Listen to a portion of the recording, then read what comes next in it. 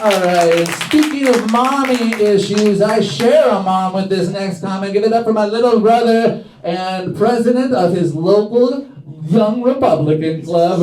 Give it up for Sam Steiner. Thank you. Give it up for Clint again, guys. That's awesome. How we doing tonight, everybody? I will say I'm not a total Republican. Okay, kind of make me look bad. No, I'm not red pill, but I'm not blue pill either. All right, I'm purple pill. All right, I do that because then everyone likes me and thinks I'm smart. But in reality, everyone just hates me and thinks I'm dumb. Everyone just disagrees with me. It's kind of embarrassing. It's kind of like damned if you blue, damned if you don't. I wrote down the way here. We'll take it. We'll take that. I may not seem drunk, but man, I'm having a few gay thoughts tonight. I can't lie. I'm pretty hammered. You can tell how drunk I am based on the amount of gay thoughts. Because usually when I have, I'm a straight, it's all a spectrum, right? I'm straight as hell. But, I have some gay thoughts once every few hours. All right? And every shot I take tonight was an extra gay thought. So, feel like I'm a bit of a twink right now, but if I needed a motherfucking, I didn't see this. If I needed a motherfucking bear in my life, we got, wrong button. Oh God. We got one right there. That's a bear. That's a bear, right? This guy's dominant in the bedroom. Before I start, how many of you guys like Al Capone? Yeah! Really? Okay. Mixed reaction. I hate to break it to you guys, but according to my research, this guy's whacked off hundreds of guys. Whacked hundreds of guys. Sorry, I got this in my brain right now. So we'll start, man. This guy was born in Brooklyn, and man, he's one of 9 children, which there's a reason people don't have 9 kids anymore. It has nothing to do with contraceptives or society. No, you're just more likely to give birth to someone like Al Capone. Not only was he a bad guy, he was a heifer. He was a fucking big baby, I could tell. I love how, especially in the past, people that were like, the most poor always had the most kids. They're willing to cut corners on everything, save money in any single way, but they won't use the best money-saving method, which is pulling out. They just forget about that, I guess. So we moved to New York City, became a bouncer, and one night at the Harvard Inn, he hit on a woman at the door. Now this night changed his life. So he hit on a woman, they always say the worst thing she can say is no. Or the worst thing, maybe she'll slap you in the face if you're real rude. Actually, the worst thing she can say is, hey, to her brother, go stab that guy in the face. So yeah, you can see 3 scars. You got that from commenting on a woman's bosom. I was like, that word, I don't know, that's true. This is how we got the nickname Scarface. We all know about Scarface. He actually hated the nickname Scarface. He was despised, very embarrassed by these scars. He preferred to have the nickname Snorky. Yeah. I know. One of the most badass nicknames of all time is Scarface. Yeah. A little rough, man. He always claimed that the scars were from the war, from like World War I. He was never in a war. And that might be the first crime he ever committed. Stolen valor. Pretty fucked up, man. Pretty fucked up. So pretty quickly he moved to Chicago, became a bodyguard to the gentleman on the left, Johnny Torrio. Ended up being the leader of the outfit after they killed the leader. We're gonna skip over that. He became a bouncer in a brothel, and this is most likely where he contracted syphilis. And yeah, I know, syphilis is so funny, right? But I'm gonna clown on him later about syphilis, but everyone likes to make fun of him for having syphilis. I will. But syphilis means you've had sex. This guy fucks. That's low-key sick. That's low-key sick. I don't know. I just think of it, if I was 14 years old, and some guy came up to me like, hey kid, let me tell you something. First of all, I'd be like, you're not my dad. Who the fuck?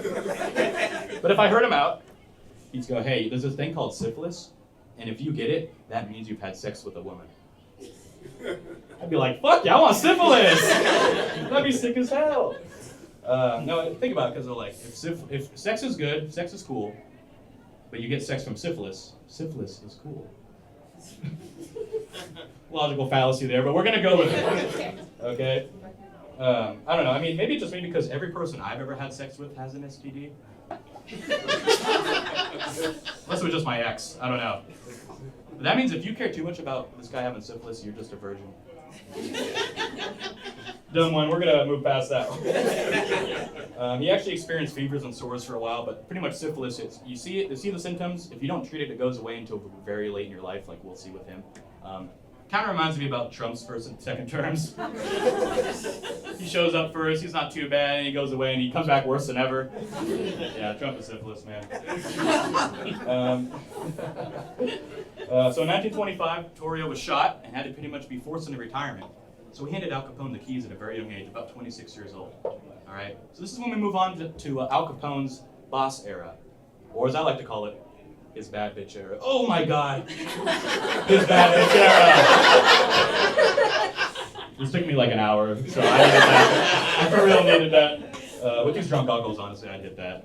It's in Midwest 7 right there. Or Chicago 10.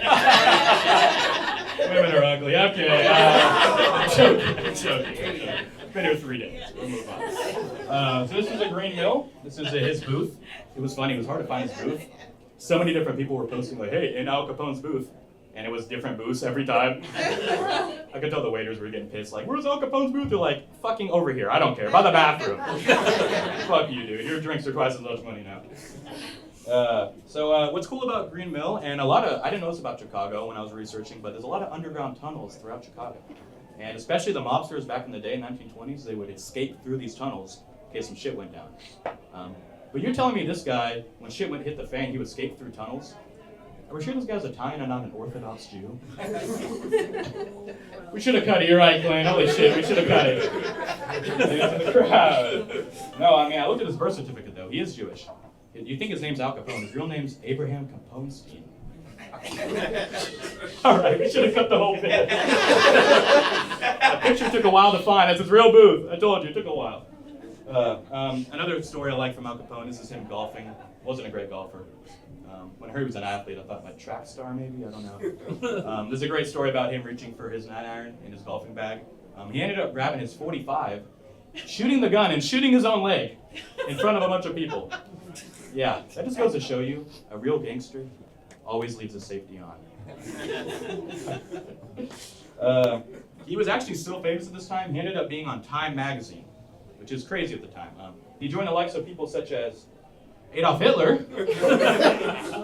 Kanye West, that's a coincidence, I swear to God, and you. So, you, Kanye West, Adolf Hitler all have something in common. Just saying. Turns out when you insult the crowd, they don't like that, I guess. We're gonna leave this up here for a while. Al Capone's brother was actually a prohibition agent, one of his 9 brothers, siblings, and he actually had to change his name because of how big Al Capone was. His original name, I'll read it here, was James Capone. He ended up changing it to Richard James Hart. I had to do the same thing because I changed my name to Samuel Steiner. It was originally Samuel Rittenhouse. Republican, wow, so funny. Hell yeah, we'll take that. So this guy was on top of the world for a long time. About 6 years until the St. Valentine's Day Massacre, where he ordered the killing of a bunch of people. And he was never chosen for the crime, but the newspapers ran with it. He was listed as public enemy number 1. But with the syphilis, I like to call him pubic enemy number 1. Puns, guys, puns. He was taken down by a group called the Untouchables. You might have heard of them, Elliot Ness and the Untouchables. Funny, the Untouchables, that's the same name my uncle gave me and my friends when I was younger. A lot of kicking and screaming to get out of that one. Parents kept us close, they knew. It's funny though, out of all the things he did after the St. Valentine's Day Massacre, they got him for tax evasion. Yeah, kind of reminds me how they treated Trump, honestly. Like, sure, this guy probably touched kids, but let's get him for fucking Stormy Daniels instead. Not a kid, by the way. Man, I'm just gonna go with this next slide. This guy looks like Humpty Dumpty, man. He really does. And they have a lot of common looks-wise, but they're actually a little different. The biggest difference is that Humpty Dumpty fell off a wall.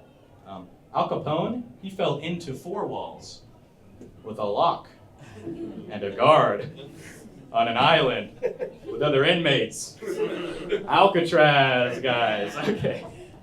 I actually wrote a little poem in the cadence of Humpty Dumpty for Al Capone.